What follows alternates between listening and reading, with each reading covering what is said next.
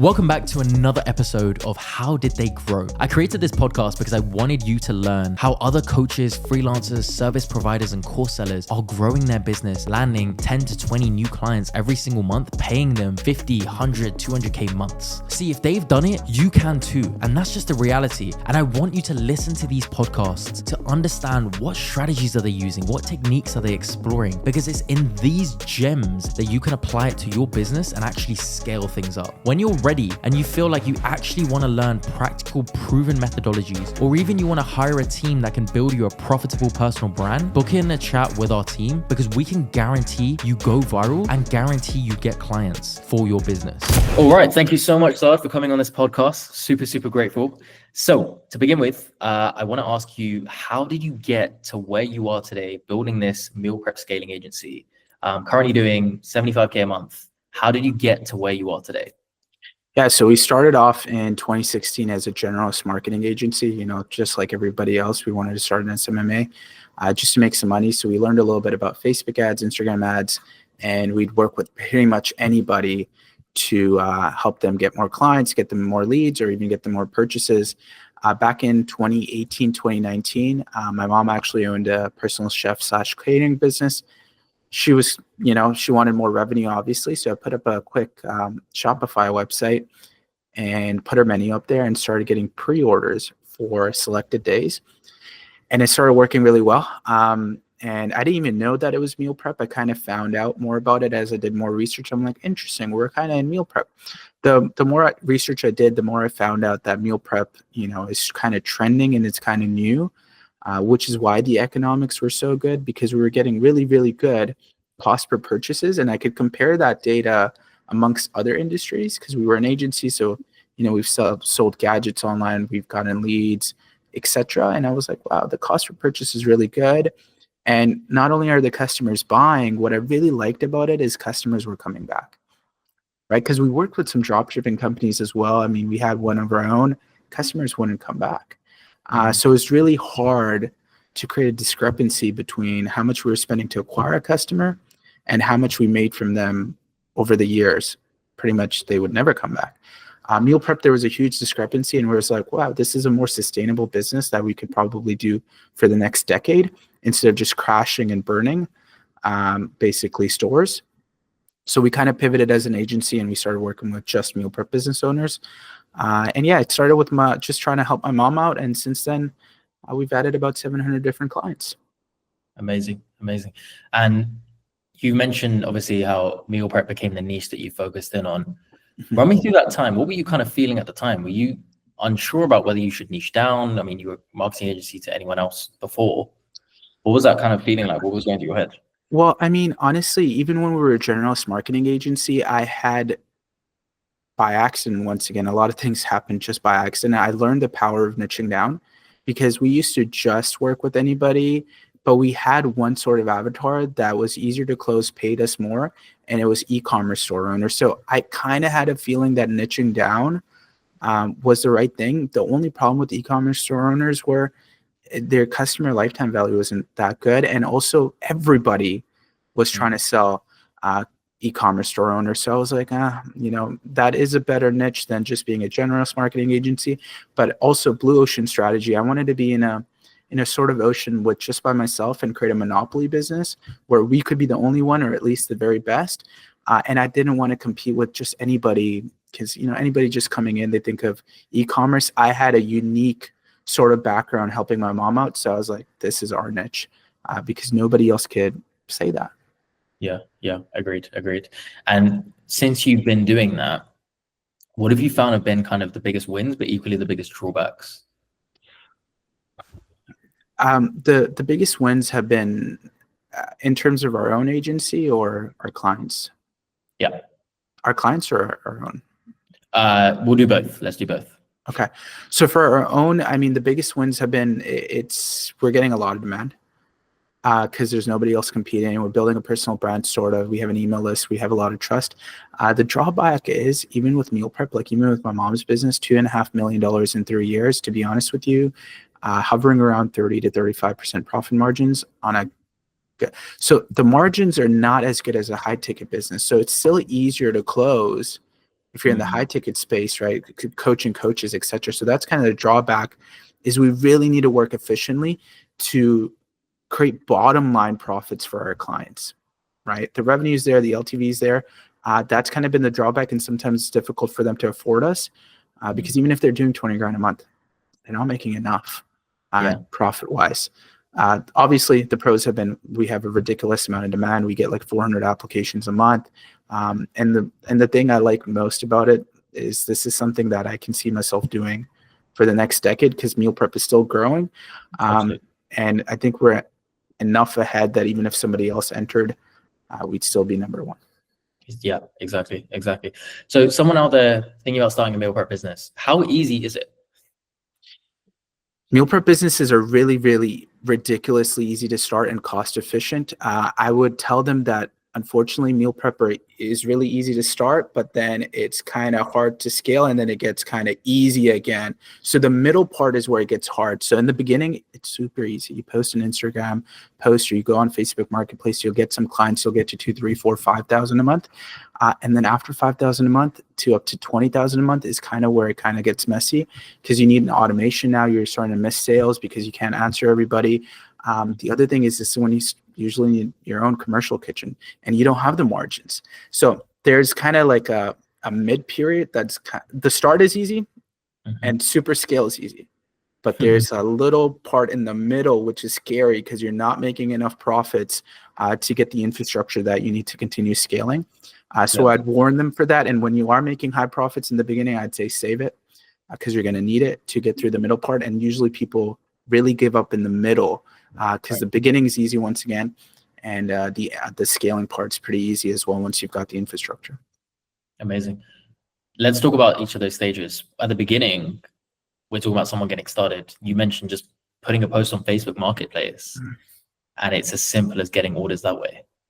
Yeah. So meal prep, you can get started with $0, and it's pre-orders. You don't even have to buy groceries. You collect the cash up front.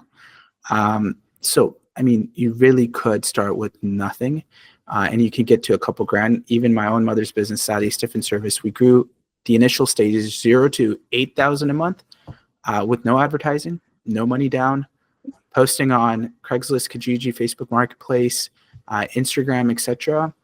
And we got orders. It just got messy because we had spreadsheets, literally customer 1, customer 2.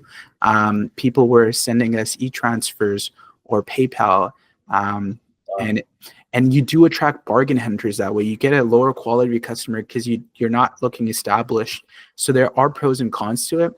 But we were able to, with our marketing background, quickly pivot and go to the next stage. But ridiculously easy to start. Absolutely. I mean, I think that comes with every business, by the way. Like this whole, like the beginning stages is very much like the bottom of the barrel kind of leads. Right. It just gets you moving, and it gets you cash in the door, and it gets like things going in some sort of a direction. And then it's the ones who can figure out how to next scale to the next level that end up kind of sticking around. Exactly. Yeah. So run us through kind of what happened then because I'm assuming every one of your clients has gone through this journey, and anyone who plans on ever starting a meal prep company will go through this journey. So you got to this position, you're doing 8K a month, you're struggling to manage orders, you pivoted. What was that moment like? What were you doing at that point? Yeah, so I mean, a lot of our clients make the mistake of just building a website at that point. And, 9 out of 10 people that we work with have invested money, time, or energy into a website, and usually the website doesn't attract customers.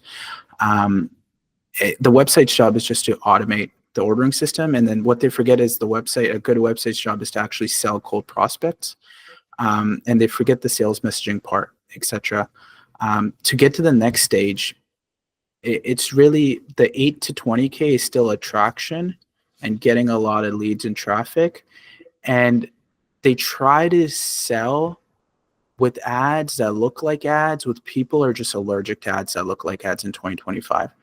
So, I mean, that stuff just doesn't work. They try to get a fitness influencer to hold their meal, or them holding the meal, or them saying good things. What we found is if you want your ads to work, the best thing is get your customers to say good things or get influencers to say good things. People will actually watch the ad all the way through. We'll get much higher click-through rates, much higher trust, much higher ROAS. That's the mistake that they make, and they try to just get a gibberish website done. thinking that the website is going to get customers, which it never does. Interesting. So it's almost like flip it on its head. Don't go just for a standard fitness influencer. Find someone who authentically cares about the product and appreciates it, or an influencer who can equally communicate that. So not just, it could be any influencer, right? And then at the same time, have a website that's high converting. Exactly. Sell your people. The website's job is supposed to sell them on it. So what do I mean by that? Be really specific with your messaging, have a lot of social proof, have some urgency, marketing 101. And the other mistake that people try to, and this is probably the biggest one actually, especially with people trying to start off, they try to serve everyone. So they're like, hey, I'm a healthy meal prep, but I can also do Caribbean meals. What we found in meal prep, there's only 3 categories that work. It's the outcome-based. By outcome, I don't mean healthy. I mean, you help people lose weight, gain muscle, very specific. So like low calorie diets, specific diets. So people like that have diabetes, for example, or keto, paleo, people are already committed to those diets. You just got to tell them that you do it for them. And then finally, my favorite one actually is something called a cultural meal prep. It's the hidden gem within meal prep. People miss the authentic taste of home that they can't get in these first world countries when they've immigrated over and restaurants can't deliver. But there's so many chefs that are immigrating over that can cook just the way people cooked back home. And that's the most untapped market. Everybody thinks it's healthy. When I think healthy is probably the hardest one and the most saturated. It's really cultural is where the money's at. If you can give people the authentic taste of home, you're going to be a monopoly business in your local town. I love that so much. I think so many people are going to take so much value away from just that one statement. The fact that you've already identified 3 key niches and anything outside of that's pretty much pointless. Let me ask you this. I have a friend of mine who just launched a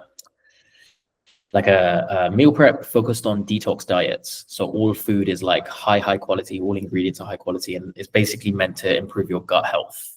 Yeah. That come under any of those niches? Yeah, that would be an outcome-based meal prep. I just think he needs to be very clear with what the end outcome somebody can get.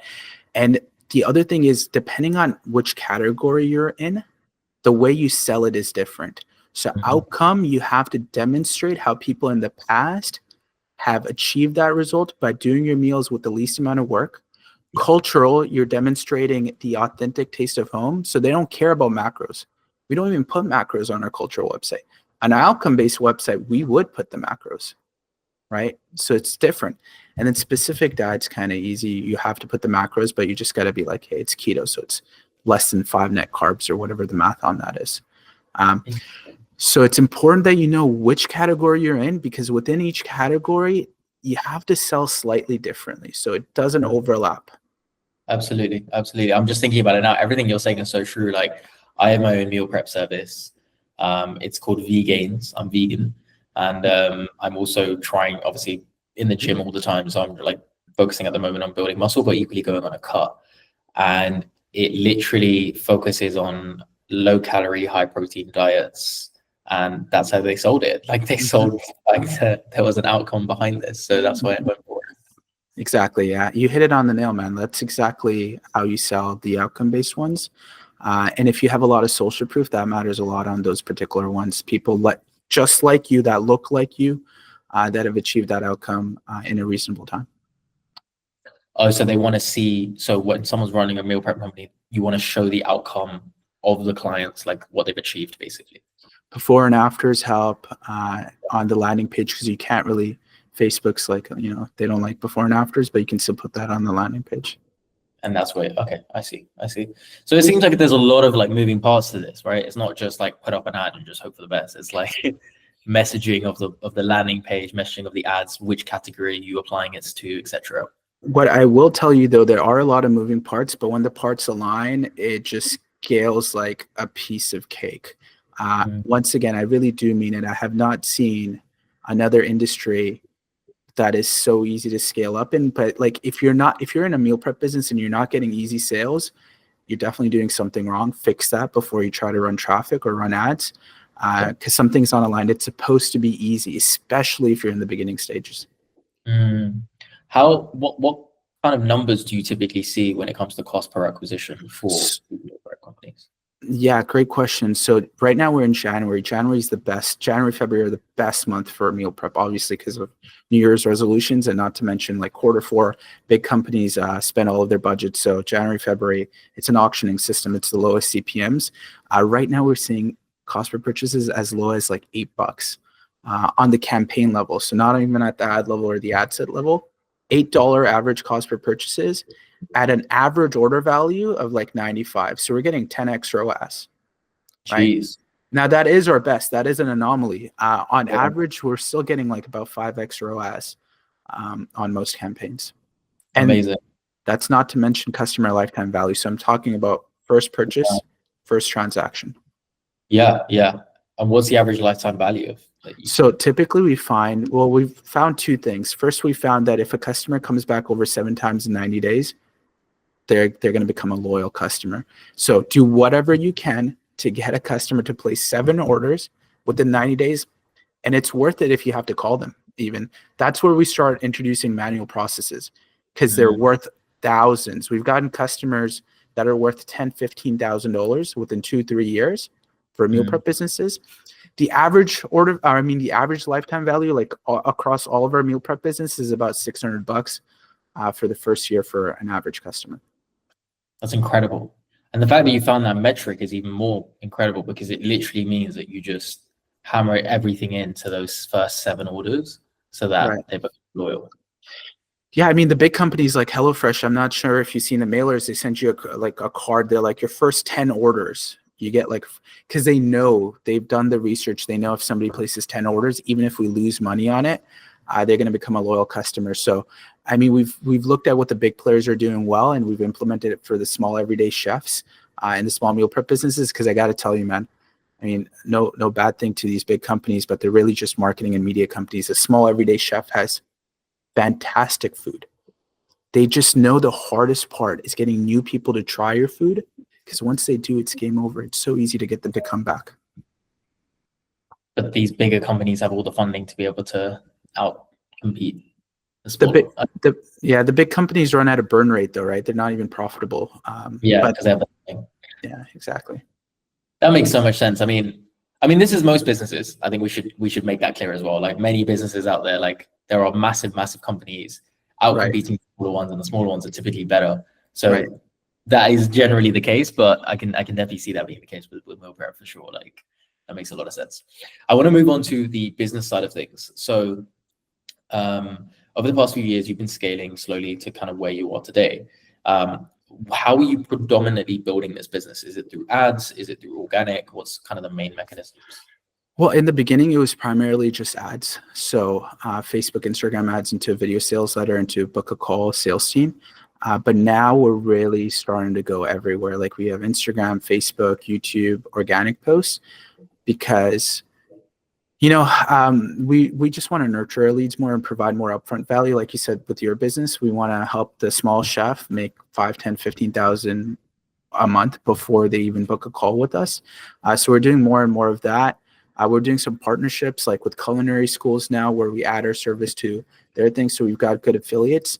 But in the beginning, it was just Facebook, Instagram ads. It's still today primarily Facebook, Instagram ads, but we've got like all the organic stuff now, like our email list and organic posts. From the organic posts, have you started to see traction in terms of leads?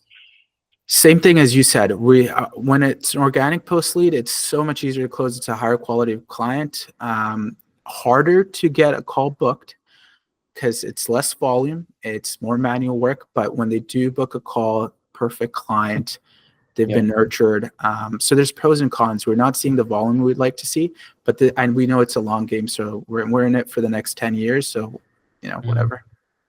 I think the reality is, like, if you know that works and you're prepared to scale it, like you're prepared to build a personal brand, it will transform the business, right? Because once you get that volume in of those high quality leads, like it's game over. right? You can do whatever you want at that point. I hope you're enjoying this podcast. I hope you're taking notes. I hope you're learning so much practical wisdom, because that's what I really wanted from this podcast. Now, I just want to quickly say, if you're looking for a team that can actually help you explode and go viral with your personal brand with proven methodologies, I say this because I've been doing this for the past 5 years. We've got a team of 30 people who are ready to go ahead and explode your brand so you can get clients begging to work with you. Have a chat with one of our advisors. You can book in a chat using one of the links around this video, because that chat might just change your life. Let's talk about kind of the manual process that you're going through, because you mentioned obviously it's a lot of work, it's a lot of manual process.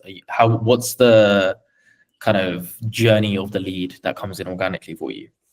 Yeah, so we have a setter that does Instagram DMs. So, anybody that likes our content will go ahead and reach out to them. Anybody that messages in, he'll set, and then he sends it off to our meal prep experts, is what we like to call them.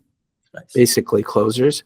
But we do like to say is we'll give you an action plan and a game plan. You can implement it on your own for free, or obviously inquire about our services. Amazing. And do you know any numbers so far on that? Are you getting X number of DMs, X number of leads booked in? We're getting about 4 sets a day from DMs, but we're doing a lot of volume. Like, I don't know if that's a lot. It's a lot for us, about 100, 150 conversations a day that we're doing. It is super manual, but it is worth it. And you're getting 4 sets a day, of which you're closing at a percentage of? We'll do our closing rate could be better. We're hovering around between 20 to 25%. So we'll do 1 out of 4, and our show up rate's about 65%. So we'll get 3 out of 4 calls to show up, etc. So like a close every other day, it seems, from organic. That's impressive. At least in the beginning stages, that's pretty impressive. I think our organic is really a lot fueled by our paid ads, though, because anytime they see a paid ad, they click on our Instagram. So it kind of just ties into each other. Yeah, so I've said this in kind of a few podcasts already now. Like Alex Hormozy, Alex Hormozy, right? Like, of course. So he preaches, and we're slowly. I mean, we're an predominantly organic agency, right? Mm-hmm. We are seeing this shift as well. That he preaches, it's both. It's never one or the other. Mm-hmm. So we're realizing more and more ourselves that this is the case, because he had an example with Gym Launch where they were running ads, and then for some reason ads just stopped performing. And he had the entire management team on it, and he was like, what is going on? Why are ads not performing? And it turns out Alex had stopped putting out videos organically. And so what they realize is it's a mix of both, because 5-6 years ago, the typical journey was add to VSL to book call. Now it's like ad, click on the page, follow the page, get shown the ad 4 more times, then maybe consider booking a call. By that which point you've seen all this organic content, and then you'll maybe book the call. So it's kind of like hand in hand. So yeah, the fact that some of these come from ads, it's very, very normal, and I think that's expected. And you're just picking up the ones that wouldn't book in a call or would take a longer period of time to book in a call. And equally, you're building more rapport with them prior to booking in a call, so they end up closing. So it's like, it's kind of hand in hand, Yeah, absolutely. And it's funny you say that. I mean, skepticism is high, and it's funny. It's the best leads are the ones that actually do their research first. We found the ones that book a call right away. Of course, we want that, but it's usually like when you really look at a business overall over the years, we found that the ones that are a little bit more skeptical, when they finally get over the edge and book a call, are just more legitimate. It's so it's pros and cons, and I couldn't agree more with that. Yeah. And I think the weird thing with social media, I mean, you've got a YouTube channel as well, right? Which is that much better. Like we've seen leads, closing rates, booking rates, and overall just the business growth supercharged when you've done organic Instagram combined with organic YouTube combined with ads. So the fact that you have all 3, because it creates an ecosystem. So they come through an ad, and then they go to Instagram, and then from Instagram they're seeing longer form content. And I'll say I was having a call the other day with someone, and I was just talking about I was doing a lot of personal reflection over the holidays, and I was like, honestly, long form, if you can combine it with short form, it is literally the way forward. And the reason being is people basically, if you could have a sales call with every single one person, there's a high chance you're going to close them. Mhm. And so what you're doing with long form is you're basically creating sales calls with thousands of people at once. The short form gives you the traffic because there's nothing on this planet that gives you that kind of traffic that quickly. Right. But long form gives you that kind of relationship building. And it's the opportunity to almost kind of energetically charge that time that they're spending with you. And so you're getting the best of both when you kind of combine the two. Yeah, I mean, it goes back to like marketing principles from decades ago, like the 7-hour rule, right? People need to consume at least 7 hours worth of your content. And short form, yeah, it gets the attention, hooks them in, but really long form is where you build that relationship and rapport, and you get those 7 hours in. Another thing I'd like to say is like, I used to get discouraged by the amount of views. Like some of my YouTube videos only have 40 views. But dude, like just when I posted yesterday, I got a deal done the same day, only had 40 views. What you don't realize is those 40 views are still real people that are higher quality, that are getting value. Of course, we want more views, right? You know, of course, we're working on it, but even when you only get 2 views, it's worth something. I think, yeah, you're absolutely right. I'm so glad you shared that as well, because you never know like who's watching and who could be a prospect. I think the key thing is like, why do we love movie stars so much? Why do we love Hollywood actors, Hollywood actresses? It's because they've made us feel something for a long period of time. And when you put out that YouTube video, yes, it got 40 views, but it made whoever that prospect was feel something. They got entertainment, they got value, they got education in some sort of way. And that made them go, okay, you know what? Like, I want to speak to this person. I want to have a conversation. I want to maybe potentially work with this person. So I think it's like just remembering that, like you hit it on the head, right? It's not always about the views. It's about kind of at the same time, just being aware that you are energetically charging these people. And whether it's 10 people, whether it's 40 people, something will come of that. Exactly. Yeah. Love it. Love it. Love it. So what's the plan now going into 2025? Like what's the plan for the business? I think what we want to do is 2 things. We want to focus more on organic and providing value. We want to kind of pitch less, like, you know, really just provide value, nurture our leads. And secondly, within our own business, we want to really increase customer lifetime value. We really want to be a business in 10 years where we don't even need new clients. We just have the top meal prep businesses that we grew from 0 or from 10K to 100K. And they're like our partners. So become basically the world's largest meal prep management company almost. And just provide value on the side is what the long-term goal is. And this year, we just want to focus more on organic, same amount on paid ads, but more on organic, and really seeing how we can provide more value to our current clients, increase their profits, bottom line. That's what we found. Like, we always used to focus on revenue, but now it's like, dude, how much money are we actually putting in your pocket is what we want to focus on.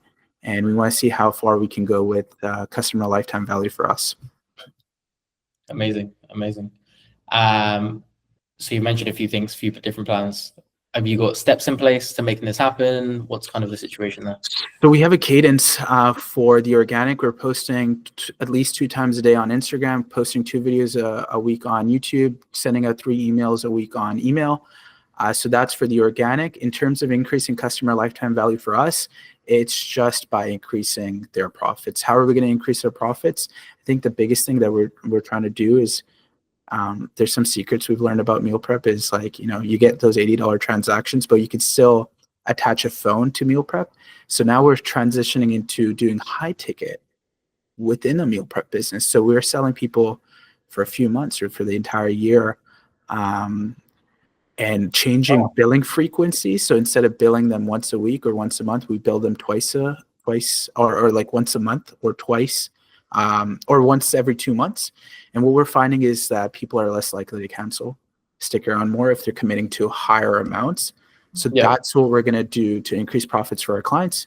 And in turn, hopefully they stick around with us longer and grow to further revenue levels. Amazing. Amazing. So helping them increase their profits by changing the billing cycles. By introducing a phone and building that relationship. Hey, what are you? I've seen you place 8 orders. You know, we service thousands of customers, but we had something special for our most loyal people. And they're like, oh, we do this, this, this. And they're always like, how much does it cost more? It doesn't cost you a penny more. It's just a different billing cycle. And changing the billing cycle has dramatically decreased our cancellations on meal preps. It's also because you get a card on file, so you auto bill them every 8 orders. And that's something nobody's doing in meal prep. That's one of our few secrets that we figured out that pretty much nobody's doing, because it's manual work, and people don't want to do that. You're so right, because now I think about it, like my meal prep, they don't auto bill me, and I feel like if they did, I would end up staying longer with them. Especially if they build you only once a month, and then you place your 4 orders and they automatically bill you, you'd be stuck. Yeah. That's the thing. It would make sense. Yeah, I don't know why they've not considered it. Maybe, I guess they obviously haven't got in touch with you, so it makes sense. Okay, sweet. So you got a cadence for social. You're obviously going to increase the profitability of your clients by doing this. I think that's a really smart move. To end this, I really want to ask you one final question. So what's one message or one kind of piece of information that you really, really want to share to the audience that this is going to go out to, especially going into 2025? What's one piece of information that you really, really want to share?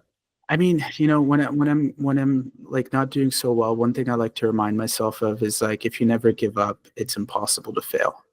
That's just something I think about. So, there's ups and downs with entrepreneurship, but over and over again, what I figured out, like, I've been at it for 10 years and I have had months where I'm like, dude, this is not worth it. But what I like to remind myself is if you never give up, it's impossible to fail. And what I'd like to tell people is you don't need time, you just need courage. Like a lot of people say, once I get to this position, I will finally do this. I think there's a lot more you can do today, and people underestimate what they can do in 6 months, but they overestimate what they can do in years. So I'd say bring your goals into today and tomorrow. Love it. Amazing. Well, thank you so much, Saad. I appreciate you sharing that, and I appreciate your time on this podcast. Where can anyone find out more, kind of get in touch?